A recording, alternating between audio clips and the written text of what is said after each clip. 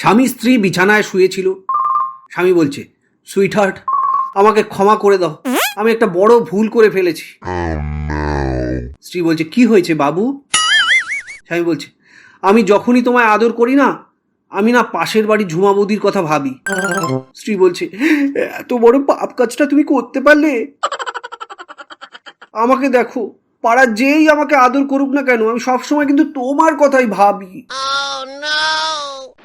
ভজাদা বলছে, কি রে, রাত 11টায় তুই রাস্তায় বসে আছিস কেন? পচা বলছে, আর বলো না দাদা, বউ বাড়িতে ঢুকতেই দিচ্ছে না। ভজাদা বলছে, কেন, কি হয়েছে? পচা বলছে, তুমি তো জানো আমার পাশের বাড়ির দাদা জাহাজে কাজ করে, আর সে বাইরেই থাকে, বৌদি বাড়িতে একাই থাকে। ভজাদা বলছে, তো কি হয়েছে? পচা বলছে, ওই দাদা আমাকে বৌদির দেখভাল করার দায়িত্ব দিয়েছিল, তাই আমি রোজ নিজের বাড়ির বাজারের সঙ্গে বৌদির বাজারও করে দিই, অসুস্থ হলে ডাক্তার দেখাতে নিয়ে যাই। ভজাদা বলছে, এটা তো ভালো কাজ, তার সঙ্গে তোর বাইরে ঘুরে বেড়ানোর সম্পর্কটা কি? পচা বলছে, 2 দিন আগে ডাক্তার বলল বৌদি প্রেগনেন্ট, কিন্তু ওদিকে দাদা তো 2 বছর ধরে বাড়িতে ফেরেনি।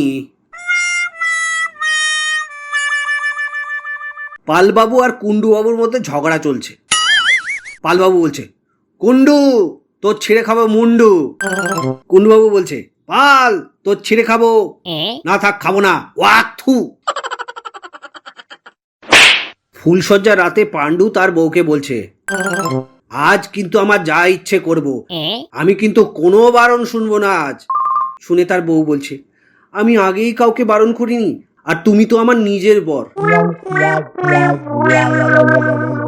গ্রামের মোড়ল এলাকার কমিশনারকে জানাইলেন যে শীতের মৌসুমে আমাদের গ্রামের জমি 2 ইঞ্চি নেমে যায় এবং গ্রীষ্মকালে জমিন 2 ইঞ্চি উপরে উঠে আসে। মোড়লের দাবি ফেলতে না পেরে কমিশনার তদন্তের আদেশ দিলেন।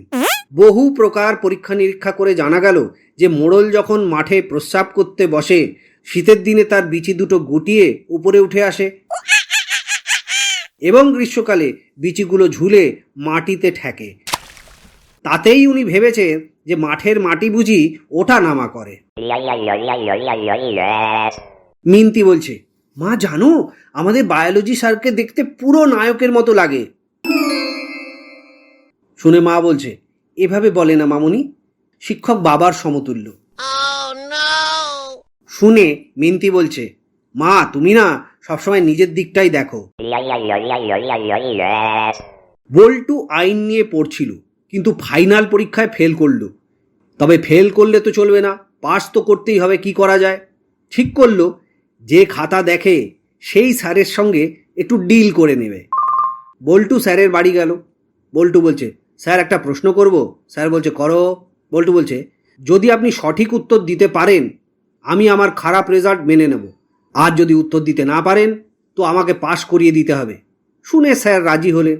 বল্টু বলল, বলুন তো, কোনটা লিগাল কিন্তু লজিক্যাল না, আর কোনটা লজিক্যাল কিন্তু লিগাল না, আর কোনটা লজিক্যাল বা লিগাল কোনোটাই না?